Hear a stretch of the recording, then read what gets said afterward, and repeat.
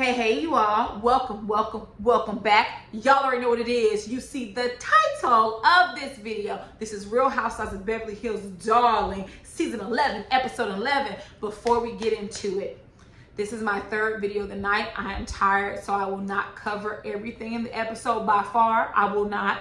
But I just want to give you all, I just want to say to you all, thank you so much for all the birthday wishes, for all the well wishes. I really appreciate it. I had a grand time on my birthday. I'm going to go through and thank every comment, but I just want to verbalize that to you all in all of my videos. So I know all three videos have different audiences, so I want to make sure everybody heard it. So let's go ahead and get into a Real Housewives of Beverly Hills. Honey, we pick up where we left off. The house is trash. They was up partying all night after Erica left. Baby, it's food everywhere. I was so disgusted. I was like, oh my God, but let me stop acting like I never had a wild night or 2 or 3 or 20 in college where me and my roommates woke up drunk and the house was trash. Let me just stop pretending. But anyways, also Kyle's confessional look where she has the black off the shoulder dress. Whoever styled her hair, makeup, and outfit, wardrobe, excellent job. And I've never said that about Kyle. Matter of fact, that shoulder length hair made her look younger, took years off of her. Loved it. So I'll also say this, Kyle and Dorit have gotten on my damn nerves. They have Google alerts set up about Erica and Tom Girardi, and I don't want to hear that. Every 5 seconds, they're updating us on their case. We don't care. You guys have questioned Erica. She's told you, in her mind, she's told you the truth. Let me tell you, she told you a bunch of bullshit. But she's told you guys what you wanted to hear or know. Why do you guys keep, in the words of Phaedra Parks, re-bringing it up? Why do you keep doing that? So Kathy comes down and, she was like, it's hot. Kyle had this heat on at 76 degrees and I cannot sleep. Let me tell y'all something. I have a cousin that I have fallen out with, and the precipice of it was because of the air conditioning in college. I was going on my senior year in college.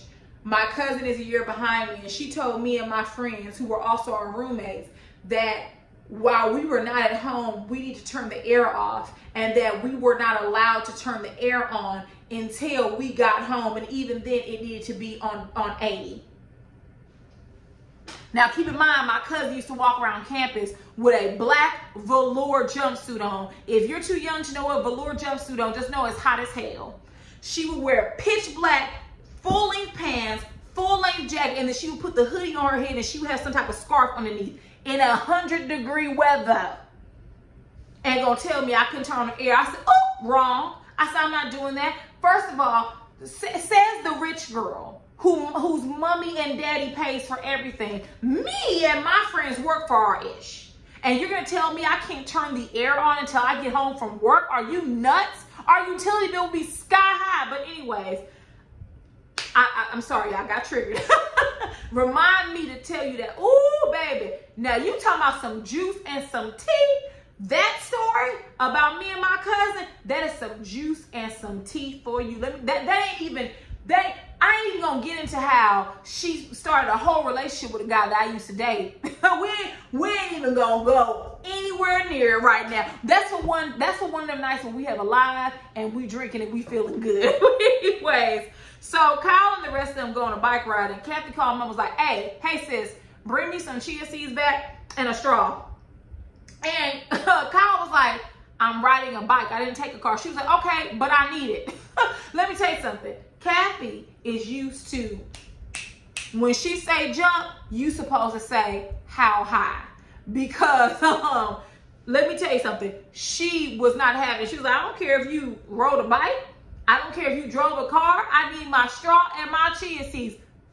Period. So while they're there, they talk about Erica again, and Dorit sympathizes so much with Erica. Let me tell you something. Dorit is being bought and sold as we speak.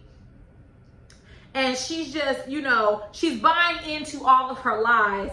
And Lisa, Rinna, and Crystal thinks that there isn't any money to get, basically. And listen, I wouldn't doubt it, baby. You don't go around stealing from victims because you got it. Baby, many places, honey. Okay, I'm not even gonna go there. But anyways, they get back home and they start to decorate Kyle's house with the Christmas tree. And they asked Erica about her home because apparently Tom had a property that was literally right near Kyle, but Erica had never been there. And Sutton said in her confessional, I believe she said in her confessional, how that's common. You know, I think she said that she didn't realize until she filed for divorce and started going through the procedure that she was the owner of 2 minority baseball teams, right? Because here's the thing, like Kathy said, if my husband asked me to sign something, I'm not going to question, I'm just going to do it. Now, that wouldn't be me. I'm always going to ask Mr. Canary questions. You can ask him, well, what's this for? Where is this going? How much is this? Okay, well, let me see that and let me do this. Baby, please, you ain't gonna get one over on me. If you would, you have to get up pretty early in the morning to get one over on me. But I have a question here. I said, why are they persistent about this? It just seems like Dorit and Kyle want to know every single thing about Erica's business, and it's irritating. So as they're decorating the Christmas tree, I think either Sutton or Kyle asked Erica, like, don't you have a home near here? And she was like, yeah, I do, but I never knew where it was located. Bravo does a flashback. You know, they rolled a beautiful beam footage, and sure enough, she does have a home somewhere near there, but she doesn't know where it's at because it's not yours. It's not yours. It was Tom's. But she doesn't know where it's at. Erica said she asked Tom, but he wouldn't tell her. Okay? I don't care. Anyways, Sutton said that she found out while she was divorcing that she actually was an owner of 2 minority baseball teams. Absolutely. These rich men don't care. You are a housewife. They take good care of you, so they think. And they think they have the right to control everything about your finances and everything else. So Kathy told her, listen, why don't you call the general manager and go, listen, darling, I travel so much and I'm so rich and wealthy. I have multiple homes across the country, darling. And I just cannot remember the address of this one. Do you think you could give it to me? Let me tell you something. Black people do not try this shit at home. And you will find yourself in the back of a squad car. Let them rich white women do this shit. Let your black self. Hey, what's up? This is Canary. Hey, I forgot the address of my home. I own so many. Baby, by the time the people called the police and told them that I had lost my mind, I was a black woman telling I own multiple properties when I didn't, baby, I would be in the back of a squad car. So black people, don't even worry yourself with it, honey.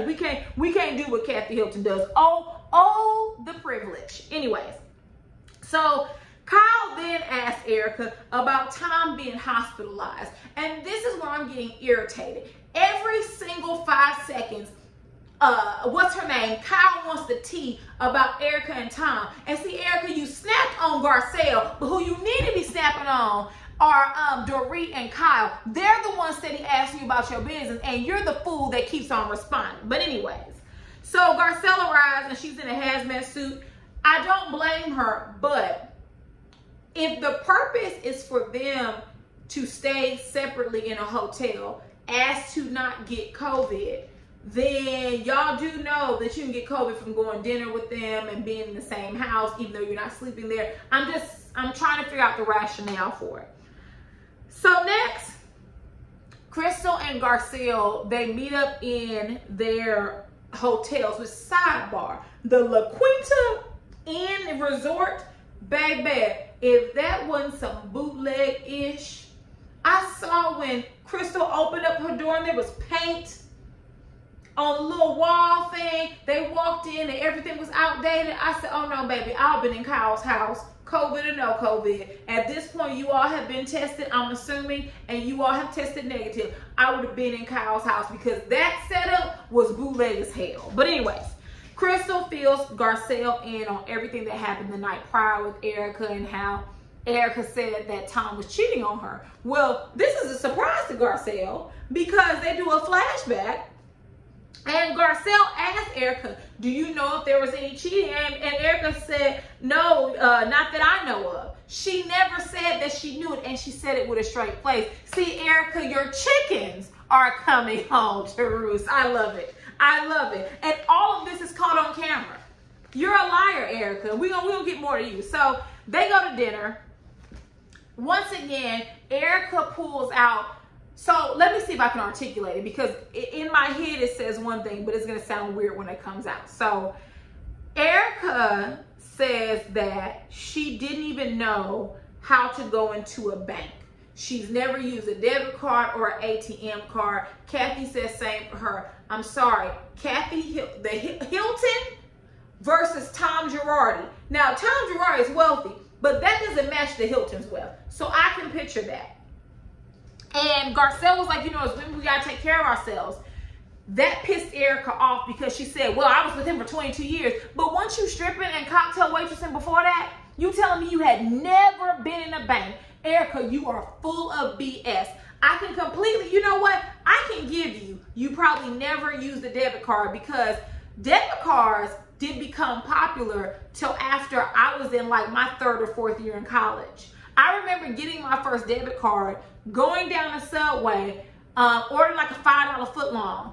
And when he told me my total, I pulled cash and debit out, and I was going to give him the cash. He goes, oh, I thought you were going to use your debit card. I was going to say, you shouldn't use a debit card for anything under $20.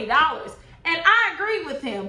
Oh, how far we've come. Or should I say, oh, how far we've fallen. You will swipe a debit card for 50 cents nowadays. So I can believe that 22 years ago, of course, you weren't using a debit card, but you didn't have an ATM card, credit card. You never went to a bank, girl. Bye. The lies, the lies, the lies, the lies. Now, what you could have said is, I haven't been to a bank in recent years, and I need to familiarize myself with it. That's fair. But to lie and say you never been to a bank, girl, you ain't been married to Tom all your life. Baby, let's stop lying. So I feel like Erica takes every opportunity to talk about what she doesn't have. I forget which scene it was. Let me see if I can find it. Let me see if I can find it. So there was, and I'll talk about it when we get to the scene, but in the last scene of the episode, what Erica does is like she plays the sympathy card. So remember when they asked Kyle, you know, are you staying here for Christmas? And she was like, oh no, we're not doing Christmas here. We're going to Aspen. And Erica goes, oh, well, I'm doing Christmas at my humble little abode. Girl, ain't nothing humble or little about your house. That is a rather large house, especially for one woman. You know, she keeps saying, oh, I don't have 2 houses anymore. You keep putting information out there, but you don't want anyone to ask, or you don't want Garcelle to let the truth known about you. Okay, whatever. So once again, Kyle brings up that she Googled and found one of Erica's homes and that Tom sold it in 2018. Kyle, you already knew that. Why are you researching this lady's business? Don't you have enough business on your own? Damn, like that's ridiculous. And not once did Erica get irritated with them. Because here's the thing, you can't tell me that Erica didn't know this. So Sutton tells her about forensics doing a divorce, about how you need to get you a good forensics team, and how they'll uncover all the money, the offshore accounts, the bank account, any hidden assets they are going to uncover. And so while Dorit was saying this, Erica kind of looked like, uh-oh, girl, don't be involved in nothing. Because let me tell you something, that forensics team, they will dig and they will find. As Sutton. So next, they go around the table, and I think the game is name one thing about yourself. And they got to Crystal, and she couldn't name anything about herself. And I think she had told Kyle like she was related to Confucius, and she went on to say that she's like the 76th lineage, and that they have the longest family tree in the world. And I thought to myself, how nice is that?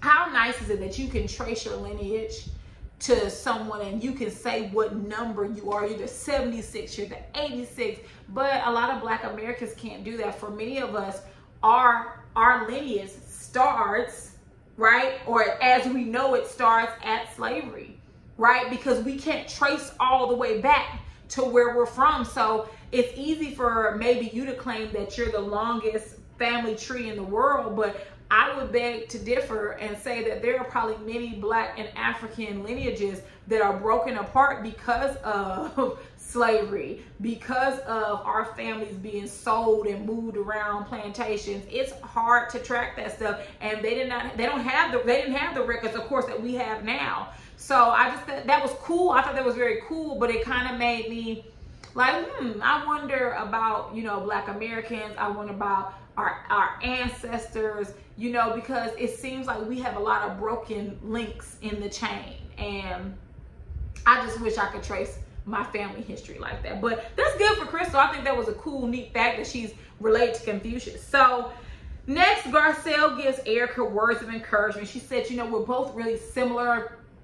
We're tough on the outside, but we're fragile on the inside. Girl, Erica is not fragile. She is a liar. Moving on. Next, Garcelle, Erica, and Crystal go for a hike. So here's where we get to the nitty gritty. So while they're hiking, Garcelle begins to grill Erica, because really that's what it is. Now, Garcelle is very direct, and I'm going to be honest, I am a direct individual as well. However, I don't like that trait in Garcelle. And I feel like I'm being a hypocrite by saying that, because I'm direct. When I want to know an answer to a question, I ask the question. But I feel like I soften it a bit. First question, did you get an allowance? Erica says no. And Garcelle literally pieced together the puzzle like I did. She said, so wait a minute. You didn't have a debit card, you don't have a credit card, you don't have an ATM card, but you didn't get allowance, so then how were you getting money? Oh, I would just ask Tom for cash and he would give it to me. That's an allowance. Right? Hey, can I get some money? How much you need? Can I get 5,000? Can I get 10? He's giving you an allowance. Right? The fact that you could ask him anytime he gave it to you, girl, do not cry for me, Argentina. Question number 2, did you all share everything? And she was like, basically, no, we didn't share everything, but that's when she mentioned that she would get cash from Tom.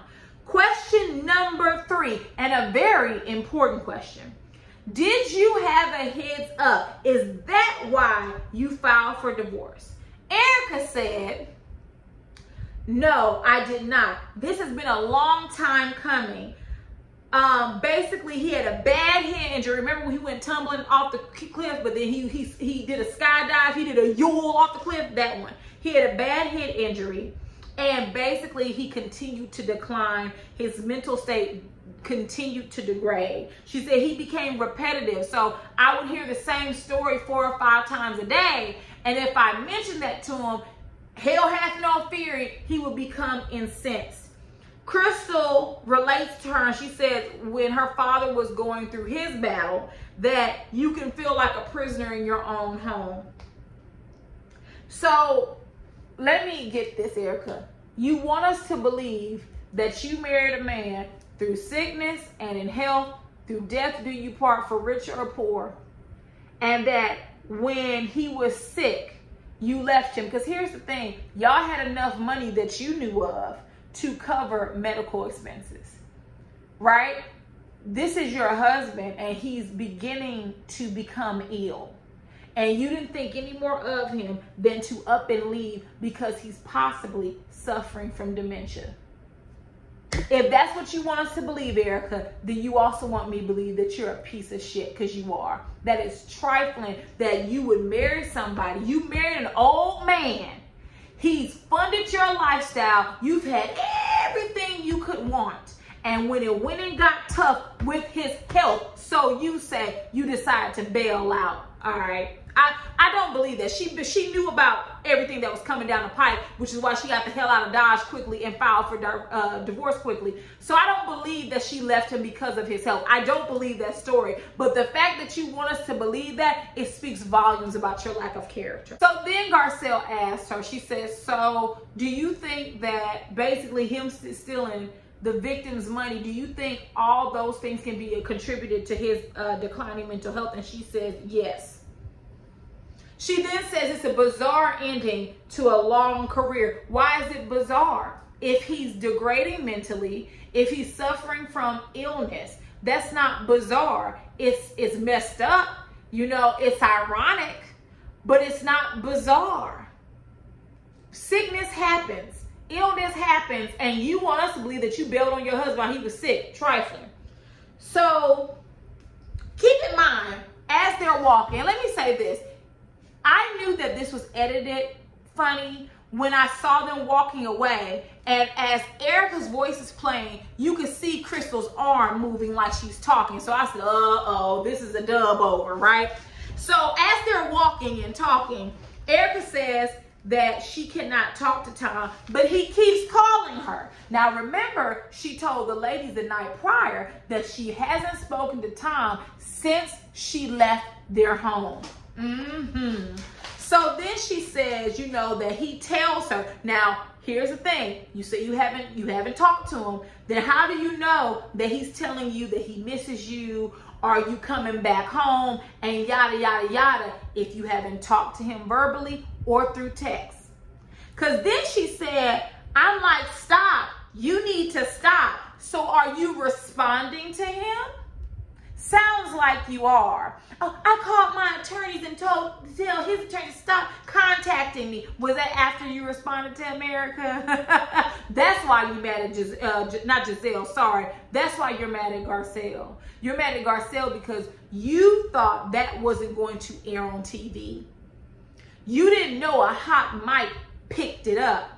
And then you were even more surprised when Garcelle brought it in front of the group because you've lied to them and said that you hadn't talked to him since you left your home.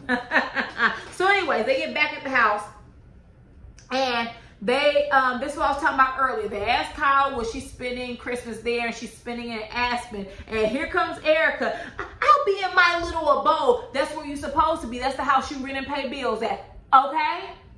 You acting like you live in the hood someplace, Erica. Cut the bullshit. Anyways, so Kyle then says, okay, so what's the latest development? Kyle and Dorit, you guys are digging for answers to questions that you really don't have the right to ask. And Erica tells them that she's waiting on a transcript and that she has to leave the trip early possibly. So Garcelle says, listen, Erica shared with me, if you don't mind, that Tom still calls her. First of all, Garcelle, you was wrong, and let me tell you why. What you did was the verbal equivalent of Sudden knocking on Crystal's door and opening it without permission, right? Instead of you getting Erica's permission first to share the story, you decided to just share it. You even said, Erica, share if you don't mind, and then went right into it. That was so unbelievably rude. You should be ashamed of yourself. But Erica was pissed, and she said, actually, I do mind, and you're betraying my friendship. But go ahead, girl. You want to have your moment, go ahead and have it.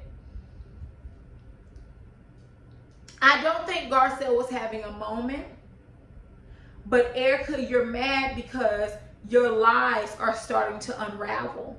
And people like Garcelle, people like Sudden are beginning to put the pieces of the puzzle together. Even Sudden said it. What did she tell Garcelle that would have her blow up the way that she did? And she said, people don't usually react like that unless something else is going on. And I can't believe I'm saying this, but I agree with Sudden. The way you yelled and screamed at Garcelle, you've been very patient with Kyle and Dorit's nosy selves the entire time. And every 5 seconds, they're asking you about your business, and you have not once shut them down. Because the questions they're asking make you look good. Tom's in the hospital. Tom did this. Tom did that. But the minute Garcelle said, listen, she told us that Tom still calls her. See, Garcelle didn't know that you had told the girls that you hadn't talked to him. So Garcelle is confused because she says Erica has been opening up all day. And you know, Erica, her crocodile tears don't bother me. I told y'all, the award goes to Erica Meryl Streep Girardi. It doesn't move me. People cry and lie all the time. I have looked people in the eyes and they have lied to me. This does not move me. Crying does not move me. So Erica says that she was sharing a private moment and that it wasn't meant for her to go back and share with the group. Baby, let me tell you something. If you have a mic on and or a camera in your face, it's not private. Moving on, right? Erica says that was dirty of Garcelle. And she says she didn't have to do it twice. You've already got it out of me once. No, she didn't get it out of you, Erica. You've been running your little gnarled lips too much. You don't have to tell your business. You can tell all these women on the show, listen, I'm getting ready, I'm going through a divorce. I can't talk about it. Don't ask me any questions. I can't discuss it. But you haven't. You've been too busy throwing yourself a pity party. Oh, Erica, oh my God. Oh, you're not as rich as you once were. Oh, no one cares. So Crystal says, listen, she did share it with us while we were walking. But once we got in the car, Erica said she didn't want to talk about it. Garcelle was not in the car, so she did not hear that. So Crystal did add context to everything. Here go Dorit, little funny looking self, talking about, well, if someone shares something with you and they tell you not to tell it, you shouldn't do it. Oh, shut up, Dorit. Shut up. Shut up, Dorit. You don't even know what you're talking about. Like Crystal said, she didn't hear it. Now, do I think Garcelle should have brought that up? No, not in the manner that she did. But she did not hear Erica say, I don't want to talk about it. Right? So it is what it is. You know what I mean? And Erica, you've been talking all this whole time. The only reason why you don't want to talk about it is because you know that you're lying, and now your stories are contradicting. When she ran to the bathroom and was like, I've been open and honest, all that hyperventilation was because she knew that that could possibly, just possibly, damage her case. That's all that was. That's your fault, boo. You should have been running your lips so much. Instead of you trying to gain sympathy from the other women, you should just say, listen, I'm going through a tough time. Me and Tom are divorcing. I can't say anything, but in due time I will. That's what you should have done. But you've been too busy painting your defense case to your co-workers and to the audience. And you messed up because you got your lies all tangled. So, if there is nothing else, I think I covered everything, honey. I was so tired of Dorit and Kyle this episode. I'm so tired of Erica. I don't feel sorry for her, okay? I don't. There's no pity party. She has a job. She has all of these businesses. I don't feel sorry for her. Tell her to grab the mic and get back on stage with Kim Zolciak. Maybe they can do a tour together. So if there is nothing else, drop down in the comments and let me know what you thought about this episode. And I will see you all later. Bye.